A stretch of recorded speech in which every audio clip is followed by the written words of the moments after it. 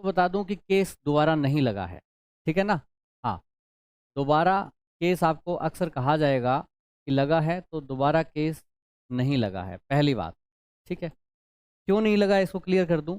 इसमें क्या है कि कोई भी आप केस करते हैं, ठीक है, और केस के बाद आप हार जाते हैं, तो आपके पास लीगल रेमेडी क्या रहती है न्याय पाने के लिए, कि आप डबल बेंच को रेफर कर सकते हैं केस, डबल बेंच को। ठीक है, अब डबल बेंच में पहले ही जो डिसीजन आया है, तो इसमें जजेस गई थे, ये सिंगल बेंच में गई नहीं थी। ठीक है, तो इसमें फिर ऑप्शन दूसरा बचा ही नहीं है। तो ये ऑप्शन अगर आपके पास नहीं है, तो फिर आप क्या करेंगे बेटा, फिर आप रिव्यू पिटिशन डालते हैं। ठीक है, रिव्यू कि जो डिसीजन दिया गया है, हमें ये लगता है कि इसमें न्याय नहीं हुआ, और न्याय नहीं आए तो इस डिसीजन को रिव्यू किया जाए। रिव्यू का मतलब ये नहीं है कि बदलना ही हो, इस पर पुनर्विचार किया जाए, दोबारा विचार किया जाए कि इसमें अन्याय तो नहीं हुआ है पार्टी के खिलाफ, तो एक बार और देखा जाए। उनको ऐसा लगता है कि पेटिशनर को कि अन्याय हुआ है उनके साथ। रिव्यू पिटीशन में भी अगर मान लो हार जाते हैं, तो उसके बाद होता है बेटा curative petition. Curative petition, cure, cure का मतलब क्या होता है हिंदी में, इलाज करना। ठीक है, अगर कहीं लगता है कि रिव्यू पिटीशन होने के बाद फिर भी हमें न्याय नहीं मिला, तो फिर क्यूरेटिव पिटीशन जो है फाइल की जाती है सुप्रीम कोर्ट में ही। अब होता क्या है, क्यूरेटिव पिटीशन में अगर न्याय नहीं मिल पाता है, न्याय मिल गया पर अक्सर पार्टी को ऐसा लगता है कि उनके साथ अन्याय हुआ है, क्योंकि एक पार्टी हमेशा हारती है दो में से। हारने वाली पार्टी फिर क्या होती है, उसके पास ऑप्शन बचता है मर्सी पिटीशन का। मर्सी पिटीशन, मर्सी पिटीशन जो होती है दया याचिका बेटा, वो आपकी जाती है एमएचए को, एमएचए को रेफर कर दी जाती है, वहां से राष्ट्रपति को जाती है आपकी। तो ये जो होती है सिर्फ बेटा, ये होती है आपकी सिर्फ डेथ के केस में। किसमें होगी बेटा, डेथ के केस में। तो क्योंकि ये जो मामला है वो डेथ का तो है नहीं, तो मर्सी पिटीशन तो इसमें बनती नहीं है। आपकी दो ही बनती है, रिव्यू पिटीशन और क्यूरेटिव पिटीशन। तो अभी सुनने में ऐसा आ रहा है कि रिव्यू पिटीशन डाली है, पर रिव्यू पिटीशन नहीं डाली है, अभी रिव्यू पिटीशन भी नहीं डाली गई है। तो क्या डाला गया है, ये मामला क्या है, ये मामला ये है कि जजमेंट आया था 11 अगस्त 2023 को, और 30 दिन मिलते हैं रिव्यू पिटीशन के लिए। ठीक है, रिव्यू के लिए 30 दिन में डालना होता है। अब 11 अगस्त के बाद 11 सितंबर तक डालना था, वो डाला नहीं, डाला नहीं तो लेट हो गए। जब भी लेट हो जाते हैं तो उसमें पहले माफ़ी मांगी जाती है, कॉन्डोनेशन, कि भाई हमें माफ़ कीजिए, हम देर हो गए तो आप कंडोन कीजिए इसको। ठीक है, तो कॉन्डोनेशन मापा, कंडोन करने के लिए जो याचिका लगाई जाती है वो लगाई है। अगर कोर्ट को लगता है कि जो देरी हुई है उसमें वाकई रीजंस थे, ठीक है ना, कोई देरी का लॉजिक था, तो वो माफ़ कर देते कि ठीक है भाई, हम ठीक है आप लगा दो। तो उसके बाद अब कंडोनेशन अगर स्वीकार हो जाती है, अगर स्वीकार हो गई, तो फिर उसके बाद आपकी रिव्यू पिटीशन फाइल होगी, रिव्यू पिटीशन फाइल होगी, उसके बाद फिर उस पर चर्चा चलेगी। ठीक है, तो अभी बेटा एक बार ये मांगा गया है कोर्ट से कि जी हम टाइम पे लगा नहीं पाए रिव्यू पिटीशन, 1 महीने से ज़्यादा हो गया, हमें लगाने की अनुमति दी जाए। अगर कोर्ट ने अनुमति दे दी तो फिर आपकी रिव्यू पिटीशन फाइल होगी और उस पर आगे कार्रवाई स्टार्ट होगी। रिव्यू पिटीशन के बाद एक और ऑप्शन फिर बच जाता है बीएड वालों के पास, वो है क्यूरेटिव ऑफ पिटीशन का। मर्सी पिटीशन का ऑप्शन नहीं होता, वो सिर्फ डेथ मामलों के केस में है। तो सिर्फ नहीं, जैसा दिख रहा है, मैं बहुत क्लियर हूँ इस मामले में। हमारी परीक्षा नियत समय पर होगी और इसमें जो जिन लोगों को भी एडमिट कार्ड मिला है वो सबके सब इसमें भाग ले सकते हैं। जी, 24 से 26 तक परीक्षा है, 24, 25, 26। इसमें जो बीएड अभ्यर्थी हैं जो प्राइमरी के लिए अप्लाई किए हैं, क्या वो अपीयर होंगे? जैसा मैंने बताया कि ये उनका अधिकार है, क्योंकि उन्होंने अप्लाई उस समय किया था जब वो पात्र थे। माननीय सर्वोच्च न्यायालय का उस समय आदेश नहीं आया था, तो उनका यह अधिकार सुरक्षित है और वो भाग ले सकते हैं। बाद में क्या होगा सर? बाद में मैं कोई भविष्यवक्ता तो नहीं हूं कि मैं बाद में बता सकूं, और ये बहुत कुछ निर्भर करता है कि उनके द्वारा कौन सा लीगल रिकोर्स अपनाया जाता है। अगर अभ्यर्थी या सरकार, राज्य सरकारें या एनसीटी अगर पुनर्विचार याचिका दायर करती है माननीय सर्वोच्च न्यायालय में, तो उसके फलाफल पर निर्भर करेगा फिर, या एनसीटी या राज्य सरकार, बिहार सरकार अगर कोई अन्यथा आदेश देती है तो उसके फलाफल पर निर्भर करेगा। ये क्या आदेश करती है या क्या कौन सी पुनर्विचार याचिका दायर होता है और उस पर माननीय सर्वोच्च न्यायालय का क्या निर्णय होता है, ये अटकल लगाना अभी हमारे लिए संभव नहीं है। पहले से भी तैयार थे और अभी भी तैयारी में जुटे हुए हैं कि 24 से आप परीक्षा लेंगे। क्या इस बीच राज्य सरकार या एनसीटी की तरफ से आपको कोई गाइडलाइन अभी नहीं दिया गया? देखिए, हमारे विज्ञापन में ये स्पष्ट रूप से अंकित है कि हम एनसीटी और के परामर्श से राज्य सरकार जो भी निर्णय लेगी वह अंतिम रूप से स्वीकार्य होना है। अभी हमारे पास में ऐसा कोई अन्यथा निर्देश नहीं आया है। और मेरा मानना है कि चूंकि अभी हाल में ही माननीय सर्वोच्च न्यायालय का आदेश आया है, तो उसमें थोड़ा सा राज्य सरकार को भी समय लगेगा और एनसीटी को भी हो सकता है कि कुछ समय लगे। तो जो भी, और अभ्यर्थी को भी समय लगेगा, क्योंकि अभ्यर्थी भी तो अपने अपने वैधानिक पहलू को देखते हुए अपने अधिकार को सुरक्षित रखने के लिए अपना प्रयास करेंगे ही करेंगे। तो ये अभी संशय की स्थिति बनी रहेगी, लेकिन उसका कोई कुप्रभाव परीक्षा पर नहीं पड़ेगा, क्योंकि परीक्षा तो हम आयोजित कर लेंगे, परीक्षा पर कोई स्टे नहीं है। परीक्षा फल की जब स्थिति आएगी तो उस समय तक संशय, मुझे उम्मीद है कि उस समय तक संशय का निराकरण हो जाएगा और हम लोग उसी के हिसाब से रिजल्ट निकालेंगे। इसमें चूंकि डीएलएड और बीएड यानी प्राइमरी से लेकर +2 तक के जो अभ्यर्थी हैं वो शामिल हो रहे हैं, तो क्या रिजल्ट जो आप जारी करेंगे, रिजल्ट में चूंकि एक संशय है, जबकि बीएड वाले शामिल हो रहे हैं, हो सकता है स्टे लग जाए, तो रिजल्ट को कैसे आप डिवाइड करें, कैसे कैसे आप रिजल्ट जारी करें? देखिए, पहली बात कि डिप्लोमाधारी लोगों के बारे में कोई संशय नहीं है, इसलिए उनके हित को सुरक्षित रखते हुए न ही हम परीक्षा को स्टे करेंगे और न ही परीक्षा फल में हम कोई रुकावट ला लेंगे। उनका परीक्षा फल बिल्कुल निकलेगा। हाँ, ये जरूर है कि अगर संशय की स्थिति बनी रहती है बीएड के मामले में, तो उनका कॉमन मेरिट के हिसाब से उनके लिए हम वो पद को सुरक्षित रखेंगे और शेष पदों पर हम डिप्लोमाधारी मेरिट में जो आएंगे उनको दे देंगे। लेकिन बाद में अगर संशय जब भी जैसा दूर होगा, उसके हिसाब से फिर वो सुरक्षित पदों पर भी या तो डिप्लोमाधारी जाएंगे या बीएड जाएंगे, जैसा दूर होगा उसका उसी हिसाब से किया यानी जाएगा। रिजल्ट आप प्राइमरी से लेकर +2 तक का जारी कर देंगे, लेकिन उसमें कैटेगराइज कर देंगे कि इसमें डीएलएड वाले और जो बीएड हाई स्कूल वाले हैं, +2 वाले, तो जिन पदों पर बीएड वाले मेरिट में आएंगे और उनके मामले में अगर संशय बरकरार रहेगा तो उतने पद को हम सुरक्षित रख करके बाकी पदों का हम रिक्ति निकाल देंगे, उसके हिसाब से निकाल देंगे रिजल्ट। लेकिन अगर जैसा मैंने बताया कि अगर उनका संशय दूर हो जाएगा, तो जैसा दूर होगा, जैसा निर्णय होगा, उसके हिसाब से वो शेष पदों पर भी हम रिजल्ट निकालेंगे। एक और चीज अब असमंजस चूंकि दिख रहा है कि अब 1,70,000 आपके यहाँ वैकेंसी है, अगर तकरीबन 4 लाख के आसपास जो बीएड वाले हैं जो प्राइमरी के लिए अप्लाई किए हैं, अगर वो हो सकता है कि परीक्षा के बाद अयोग्य हो जाए, तो वैकेंसी को आप कैसे फुलफिल करेंगे, ये बताइए। देखिए, माननीय सर्वोच्च न्यायालय ने राजस्थान के मामले में ये कड़ी टिप्पणी किया है कि जब पर्याप्त संख्या में डिप्लोमाधारी अभ्यर्थी थे, तो ऐसा कौन सा प्रेसिंग नीड, जो माननीय सर्वोच्च न्यायालय ने जिस वर्ड का इस्तेमाल किया है, ऐसा कौन सी बाध्यता थी कि बीएड को इसमें ब्रिज कोर्स के साथ उनको अलाउ किया जाए। ऐसी तीखी टिप्पणी के साथ अगर ये कहा जाए कि हमारे पास जब डिप्लोमा अभ्यर्थी, जो कि जितनी वैकेंसी हमारी है उससे करीब 5 गुना ज़्यादा हमारे पास डिप्लोमा अभ्यर्थी मौजूद हैं, तो उनके रहते हुए हमारी क्या मजबूरी है कि हम परीक्षा को स्थगित कर दें या परीक्षा फल को रोक दें। हम ऐसा कोई काम नहीं करेंगे जिससे कि माननीय सर्वोच्च न्यायालय की उस तीखी टिप्पणी के आलोक में बावजूद हम उनके आदेश का उल्लंघन एक करेंगे। महत्वपूर्ण सवाल ये है कि जो अभी कार्यरत टीचर हैं, खासकर 6 फेज वाले जिनकी बहाली हुई थी प्राइमरी में बीएड वाले, अब वो भी डरे हुए हैं कि हो सकता है कि हमारा कैंडिडेचर जो है वो रद्द हो जाए, हम अयोग्य हो जाएंगे, शिक्षक के रूप में भी हैं, भी काम कर रहे हैं। तो क्या उनके लिए क्या कहेंगे कि जो अभी हैं एक अनुभव के आधार पर क्या मानते हैं, जो पढ़ा रहे हैं? देखिए, ये मेरा ये विषय नहीं है, इसमें तो राज्य सरकार ही बताएंगी। लेकिन जो माननीय सर्वोच्च न्यायालय ने इसके संबंध में अपने आदेश में ही स्पष्ट किया हुआ है कि कोई भी वैधानिक आदेश, जैसे एनसीटी का वो सर्कुलर था, वो तब तक मान्य है जब तक कि माननीय सर्वोच्च न्यायालय ने उसको खारिज नहीं कर दिया। तो इसका तो सीधा सीधी ये मतलब है, जैसा कि माननीय सर्वोच्च न्यायालय ने फिर अपनी ही उसी आदेश में लिखा हुआ भी है, दिया है कि राजस्थान गवर्नमेंट को चाहिए था कि बीएड अभ्यर्थियों को भी आवेदन देने के लिए मौका देना, जी, क्योंकि उस समय एनसीटी का वो सर्कुलर वैलिड था। ऐसा न करके उसने रोक दिया, ये गलत किया।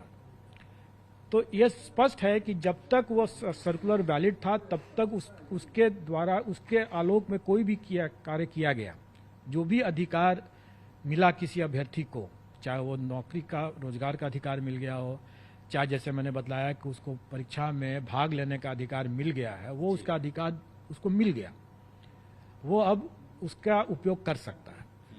तो मेरे विचार से जैसा मैं मानता हूं कि वह अभ्यर्थी मेरी परीक्षा में भाग ले सकते हैं, उसी तरीके से अगर पूर्व से कोई अगर नियोजित हो चुके हैं तो उनका तो ये हक बनता है कि उनका नियोजन बरकरार रहे। लेकिन इस पर अंतिम निर्णय जो है वो राज्य सरकारें लेंगी अपना विधि परामर्श लेकर के। आखिरी सवाल, चूंकि आपने एक बड़ी घोषणा की है अभी कि नेगेटिव मार्किंग हटा दिए जाएंगे, तो कितनी बड़ी राहत मिलेगी जो अभ्यर्थी खासकर अभी शामिल हो रहे हैं परीक्षा?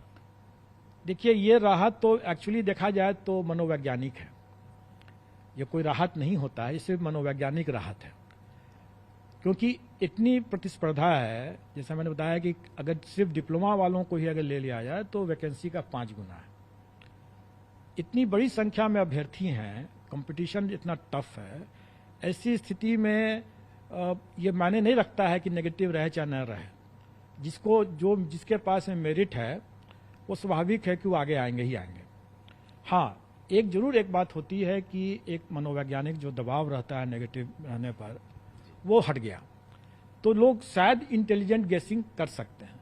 लेकिन अगर ये सोच के चलें कि हम 100% ब्लाइंडली ही हम बिना कुछ जाने सुने ही अगर करके और सफल हो जाएंगे तो वो संभव नहीं है। चलिए परिणाम की ही बात कर लेते हैं, कब तक रिजल्ट दे रहे हैं?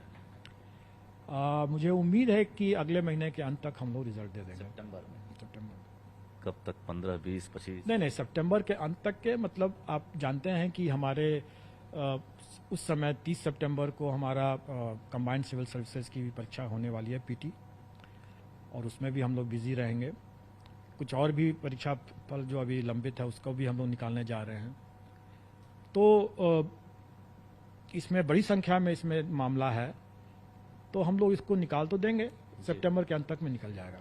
जो कैंडिडेट आपको सुन पा रहे हैं, जो बीएड अभ्यर्थी है, आयोग के मुखिया होने के नाते क्या अपील करना चाहेंगे, चूंकि धड़कनें तो बढ़ गई है? देखिए, एक अभ्यर्थी को, जैसे छात्र को, का सबसे पहला फर्ज बनता है कि उसको अपने बिना विचलित हुए उनको अपना पढ़ाई जारी रखना चाहिए। और जैसे मैंने बतलाया कि उनको परीक्षा में भाग लेने का अधिकार है और वो उस अधिकार का उपयोग कर सकते हैं और उनको करना भी चाहिए। लेकिन अगर वो समझते हैं कि ये बेकार की बात हो गई और अंत में हम नहीं सक्सेस होंगे, अगर वो पहले ही अगर हार मानते हैं तो बेशक वो रेस से बाहर हो जा सकते हैं, लेकिन तब फिर वो अपना चांस भी गंवाते हैं, क्योंकि अभी शायद उनके पास अभी कुछ दरवाजे बचे हुए हैं जिसका कि वो लाभ ले सकते हैं। माननीय सर्वोच्च न्यायालय में जा सकते हैं, सरकार के समक्ष जा सकते हैं, एनसीटी के समक्ष जा सकते हैं। अगर वो खुद ही अपने रास्ते को बंद कर देंगे तब तो उसका कोई भला नहीं हो सकता है। जी फ्रेंड्स, जैसा कि आप लोग थंबनेल पर देखे होंगे, जो मैंने लिखा है वो बात मैं आपको सारा एक एक लाइन से दिखाने वाला हूँ और आपको बताने वाला हूँ कि जो नया वैकेंसी आया है उसमें 1 से लेकर के 5 तक की कोई वैकेंसी नहीं है, लेकिन 6 से लेकर 8 तक की जो उच्च माध्यमिक सीटें होती है उसमें आपके तकरीबन 69,000 के तकरीबन पद हैं, जिसमें से 31,000 के पद तो करीब नए हैं। तो वो सारा मैं आपको बताऊंगा। उसके साथ ही साथ उसको भरने के लिए क्या क्या आपके पास क्वालिफिकेशन होनी चाहिए ये भी मैं आपको बता दूंगा। तो देखिए फ्रेंड्स, सबसे पहले तो ये आप देख सकते हैं, ये पटना में 19 सितंबर 2023 को मंगलवार को 4:30 बजे, यानी कल 4:30 बजे दोपहर में मीटिंग हुई थी, यानी शाम के समय में मंत्रिपरिषद की मीटिंग हुई थी। उसमें मुख्यमंत्री की अध्यक्षता में हुआ था। इसमें बहुत सारे मुद्दों पर स्वीकृति मिली है, जिसमें से अपना शिक्षा विभाग भी आता है। मैं उसमें आपको दिखा देता हूँ। देखिए, ये आपको मैं ऊपर दिखा देता हूँ। देखिए, ये रहा। देखिए, शिक्षा विभाग के अंतर्गत आपको ये स्वीकृति मिली है। क्या मिली है देख सकते हैं। बिहार राज्य विद्यालय अध्यापक नियुक्ति स्थानांतरण अनुशासनिक कार्यवाही एवं सेवा शर्त नियमावली 2023 के आलोक में पंचायती राज एवं नगर निकाय संस्था के अंतर्गत पूर्व से उच्च माध्यमिक शिक्षकों के 18,830 सृजित एवं रिक्त पद, माध्यमिक शिक्षक के 18,800 सृजित रिक्त पद एवं 6 से 8 तक के 31,982 सृजित एवं रिक्त पद को प्रत्यार्पित करते हुए 11-12 तक अध्यापनों के लिए हेतु नियंत्रणाधीन विद्यालय अध्यापक में 18,830 पद 9 से 10 और कुल मिला जुला के अगर देखें 6 से 8 तक में अध्यापन हेतु विद्यालय के अध्यापक के लिए 31,982 पद नए सृजन किए गए हैं। उसकी सृजन पर स्वीकृति के संदर्भ में यहाँ पर आपको प्रेस कॉन्फ्रेंस जारी कर दिया गया है। यानी जो नए पद होंगे 6 से 8 तक में वो 31,000 के लमसम नए हैं। इसके अलावा पहले से वैकेंसी जो बाकी पड़ी हुई हैं, कुल मिला जुला के 69,000 पदों पर आपको वैकेंसी देखने को मिल सकता है। ये वैकेंसी आपको अक्टूबर के महीने में देखने को मिलेगा। और इस वैकेंसी को फॉर्म भरने के लिए आपके पास 2 चीज़ें होनी चाहिए। या तो आप बीएड या बीटीसी किए हों, बीएड किए हों, या फिर आप डीएलएड जिसको कहते हैं वो भी किए हों, वो भी भर सकते हैं। यानी बीएड हो या डीएलएड हो, जिसको बीटीसी भी बोलते हैं। तो अगर आपके पास बीटीसी, बीएड, डीएलएड कुछ भी अगर आपके पास है, उसके साथ आपको सीटेट पेपर 2 अगर आपने क्वालिफाई कर रखा है तो आप इस फॉर्म भर सकते हैं। यानी अगर आपने बीएड, डीएलएड या फिर बीटीसी के अंतर्गत कोई कोर्स किया हो, उसके साथ ही साथ आपने सीटेट पेपर 2 जो कि 6 to 8 के लिए होता है, वो अगर आपने क्वालिफाई कर रखा हो तो आप इस वैकेंसी को फॉर्म भर सकते हैं। ये वैकेंसी की फॉर्म जो है आपको 18 अक्टूबर तक भरे जाएंगे। इस फॉर्म को 18 अक्टूबर से भरे जाएंगे और आपका मान के चलिए कि आपको पूरा अक्टूबर फॉर्म भरा जाएगा और नवंबर में आपका पेपर ले लिया जाएगा। तो अच्छा मौका है आपके लिए जॉब पाने का। अब मैं आपको दिखाता हूँ, यहाँ पर आप देख सकते हैं और ट्वीट भी आप देख सकते हैं, ट्वीट भी किया गया है इसके जस्ट बाद। यहाँ पर देखिए नीतीश, यहाँ पर देखिए एनवीटी बिहार के द्वारा 11 मिनट पहले ट्वीट किया गया था कि नीतीश की बैठक में 45 एजेंडों पर मुहर लगी। बिहार राज्य विद्यालय नियमावली 2023 में पंचायती राज और नगर निकाय संस्था में उच्च माध्यमिक 18,330 पद, माध्यमिक और में 18,880 पद, कुल मिलाकर 31,000 पद के लगभग 6 to 8 में मंजूरी मिल चुकी है। वहीं मैं आपको दूसरा ट्वीट दिखाता हूँ, थोड़ा सा बढ़िएगा। देखिए ये क्वालिटी ऑफ एजुकेशन बिहार करके ये है, इनका ट्वीट जो है ये आप देख सकते हैं। बिहार में शिक्षकों की बम्पर बहाली, माध्यमिक शिक्षक परिषद के लिए 69,692 पद पर होगा बहाली। तो 69,000 से ज़्यादा पद हैं आपके बहाली के लिए। ये मैंने आपको दूसरा ट्वीट दिखा दिया। अभी मैं आपको और कुछ दिखा देता हूँ, चलिए देखिए। ये तो आप देख सकते हैं बैठक के जो हुआ था उसका है। फिर आप देख सकते हैं ये वाला जो है, आप यहाँ पर देख सकते हैं बिहार राज्य शिक्षक उच्च माध्यमिक में जो प्रधानाध्यापक है उनका भी पद कुछ आने वाला है, तो ये भी स्वीकृति मिली हुई है। तो यही सब मैं जो आपको बताया हूँ, लगभग यही सब आपका कुल मिला जुला करके है। और जो इस बार की भर्ती है उसमें तो आपका कट ऑफ बहुत ही कम जाने वाला है। अगर आपने घुमा फिरा के बीटीसी वालों ने अगर 50 नंबर भी पाया है और अगर वो जनरल से हैं तो वो 100% सिलेक्शन ले करके ही जाएंगे। बाकी इसके बाद वाले में तो आप लोग फॉर्म भी नहीं भरेंगे जब यहाँ पे सिलेक्शन मिल जाएगा। तो बाकी चलिए, वीडियो कैसा लगा, वीडियो अच्छा लगा तो वीडियो को लाइक कर देगा, चैनल को सब्सक्राइब कर बेल आइकन जरूर दबा देगा ताकि आपको अगला अपडेट मिलता रहे। चलेंगे अगले वीडियो में। जय हिंद, जय भारत, धन्यवाद। साथी उसके नीचे का देखिए, कोई भी वर्ग हो, सभी का अगर कॉमन देखिएगा तो 46 से 55 के बीच में अगर है तो आप सेफ है। उसी के आधार पर मैंने निकाला है और सीटों की गणना करके निकाला है। मैं अपने मन से नहीं निकाला, आपके द्वारा वोटिंग के आधार पर मैंने निकाला है। ठीक है, चलिए अब उसी प्रकार देखिए। इसके बाद सेकंड पोजीशन पे 26% है। 26% ऐसे साथी है, 26% जिनका 35 से 45 के बीच में बन रहा है। सेकंड पोजीशन पे ये है 35 से 45 के बीच में। और 22% ऐसे हैं जो 56 से ऐसे कम है, 56 से 65 के बीच में बन रहा है। ये सब हाईली पढ़े लिखे होंगे या बीपीएससी का तैयारी करते होंगे, जिनका 22% ऐसे साथी हैं जिनका 56 से और 65 के बीच में नंबर बन रहा है। और 65 से ऊपर कितनों का बन रहा है? तो मात्र 15% का।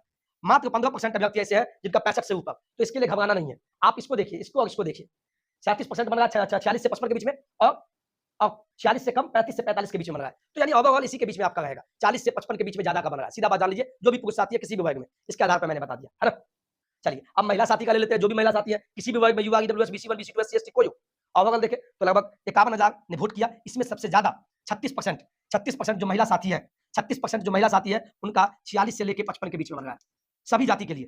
ये आपको मिनिमम बताया गया कि जितने भी है लगभग 36% महिला का 46 और 55 के बीच में बन रहा है। इनका तो होना तय है। और उसके बाद आते हैं जो 21% है उनका 36 से 45, यानी इन दोनों को मिला दे तो 30, 20, 50, 56, एक 57% महिला का जो परसेंटेज बन रहा है नंबर, वो 36 से लेकर